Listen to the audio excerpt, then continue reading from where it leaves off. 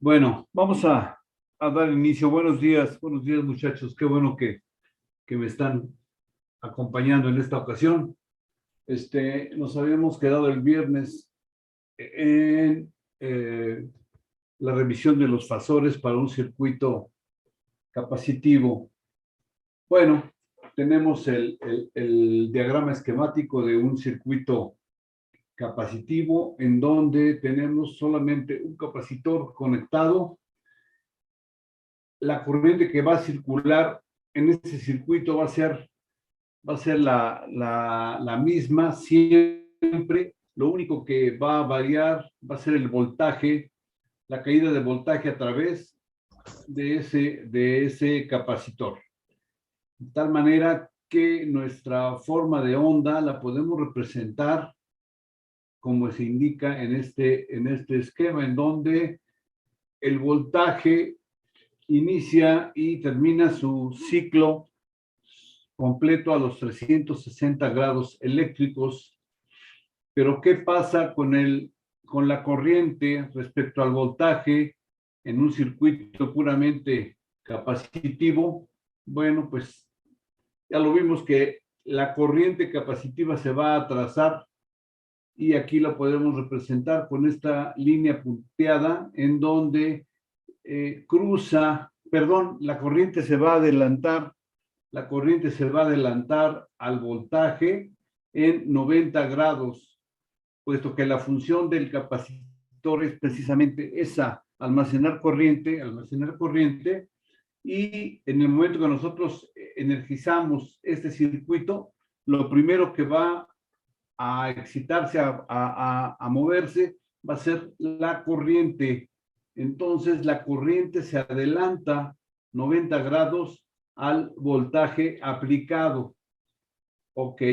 Nuestro diagrama de fasores, considerando como referencia a la corriente, ¿verdad?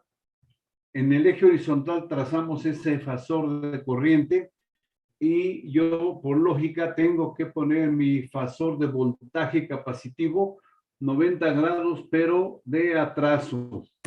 ¿Ok?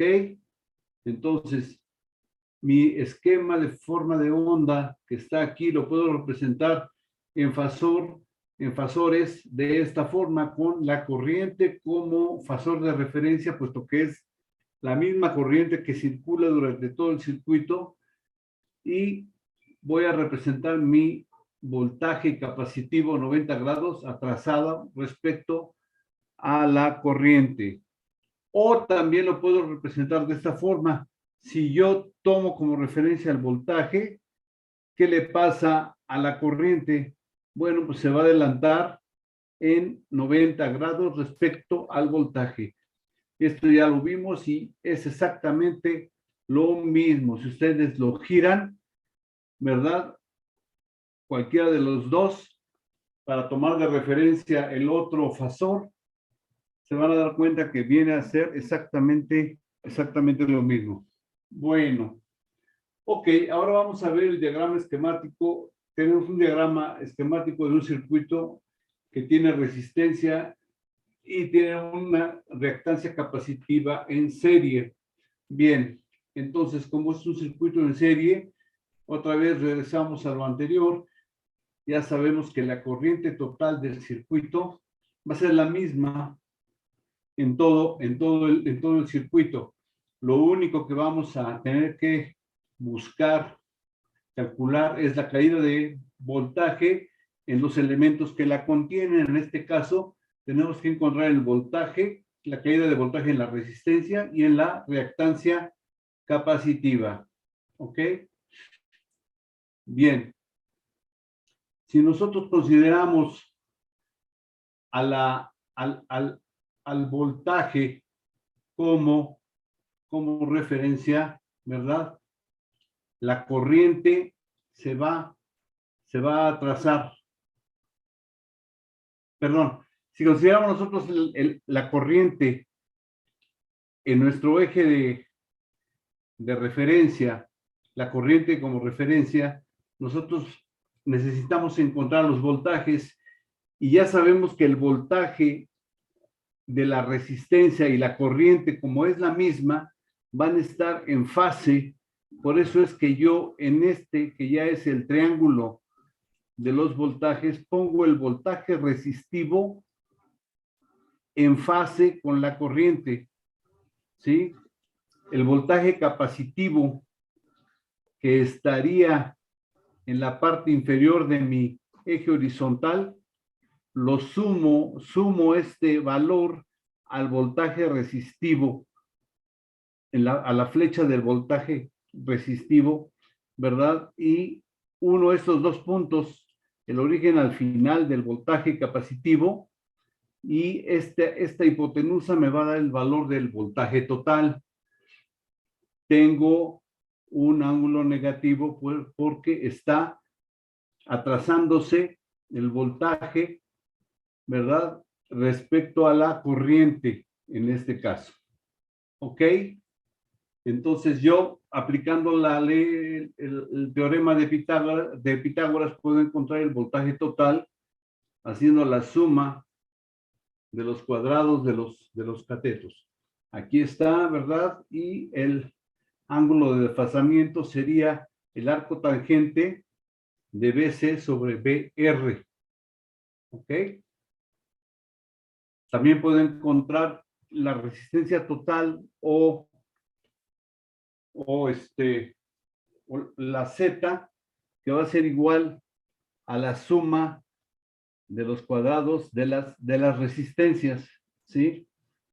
Aquí, por ejemplo, BR, yo puedo sustituir en el valor de la resistencia, ¿verdad? El valor de BR, y voy a encontrar la impedancia Z, ¿verdad? Eliminando los valores de las corrientes y me quedaría en esta forma. ¿Ok? Bueno, ¿sí queda claro, jóvenes?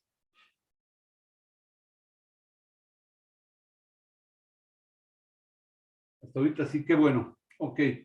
Bien, entonces ya vimos RC serie y podemos pasar a ver RC paralelo, en donde tenemos un circuito que igual tiene en cada una de las ramas un elemento. En la rama R tiene una resistencia y en la rama C tiene una reactancia capacitiva.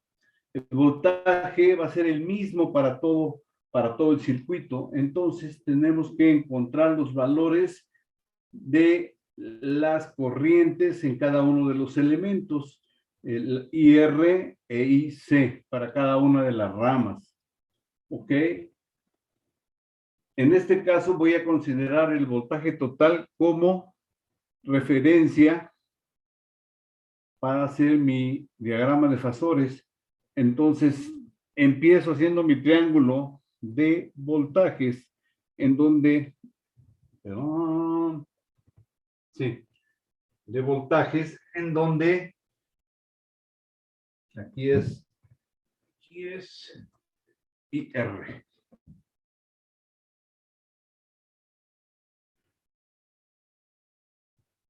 Es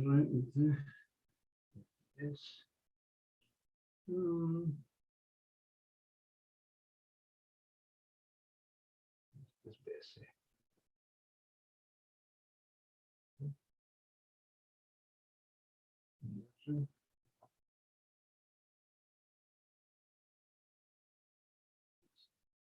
Y C.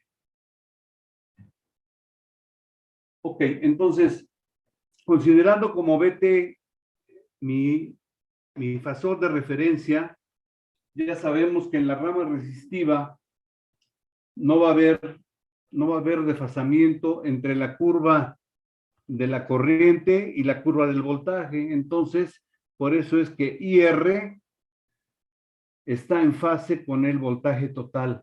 Y es lo que estoy tomando como referencia. IC se adelanta al valor del voltaje, ¿verdad? Y yo lo voy a sumar al valor de IR, como, ¿verdad? Transportando de este extremo a la punta de la flecha del fasor IR y ahí yo posiciono mi fasor IC en dirección y magnitud. Uno de esos dos puntos y otra vez tengo un triángulo rectángulo en donde el valor total de la corriente va a ser la hipotenusa. Aquí tengo yo ya, como pueden encontrar el valor de IT, sumando los cuadrados de los catetos, sacándoles raíz cuadrada, y el valor del ángulo de desfasamiento θ será igual al arco tangente de BC sobre BR. ¿Ok? El valor de la impedancia va a ser igual al voltaje total sobre la corriente total. Esa es una forma de calcular la impedancia en un circuito paralelo. ¿Ok? ¿Sí queda claro esto, jóvenes?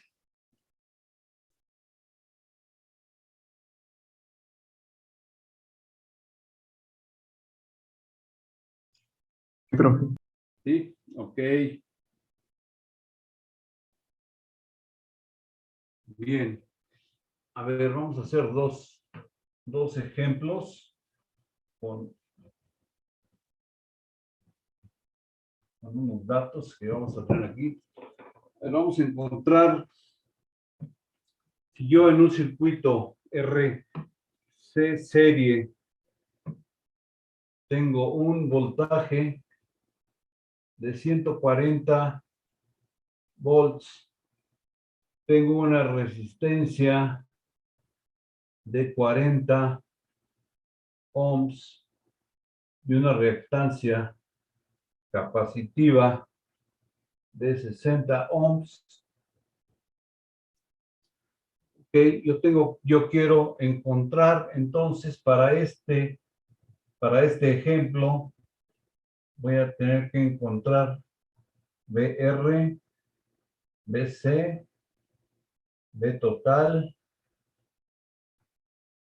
Z, Z y voy a dibujar los diagramas de fasores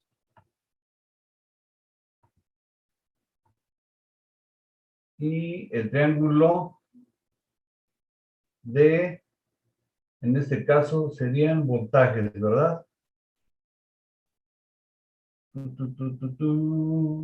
Sí.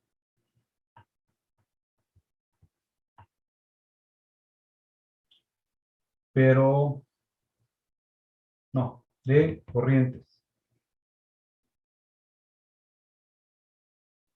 Espera. 140 volts, 40 y 40. Sí, es en este caso, tengo que encontrar BR, BC.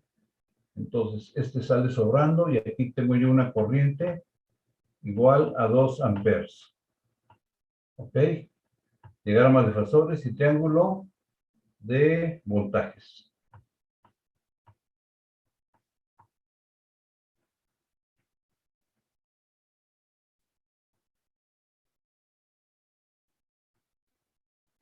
¿Ok? Para este caso,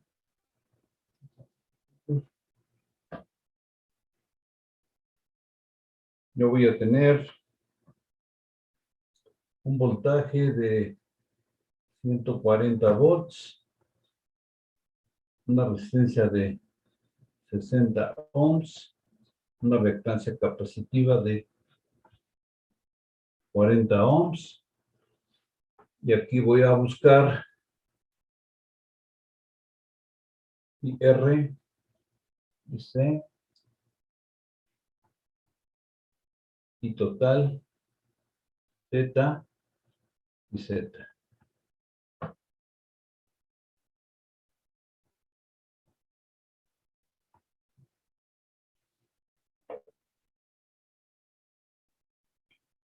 Ok, jóvenes.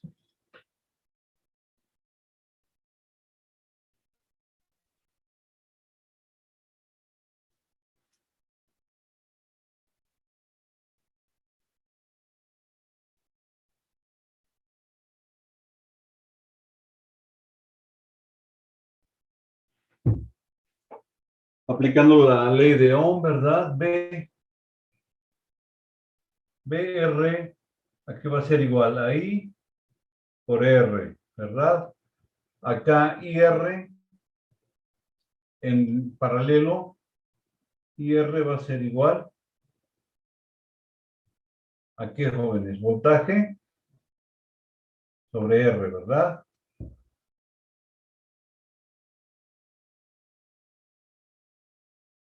Bueno, ¿saben?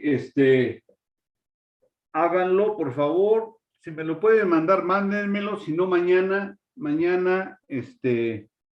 vemos sus resultados, si son tan amables.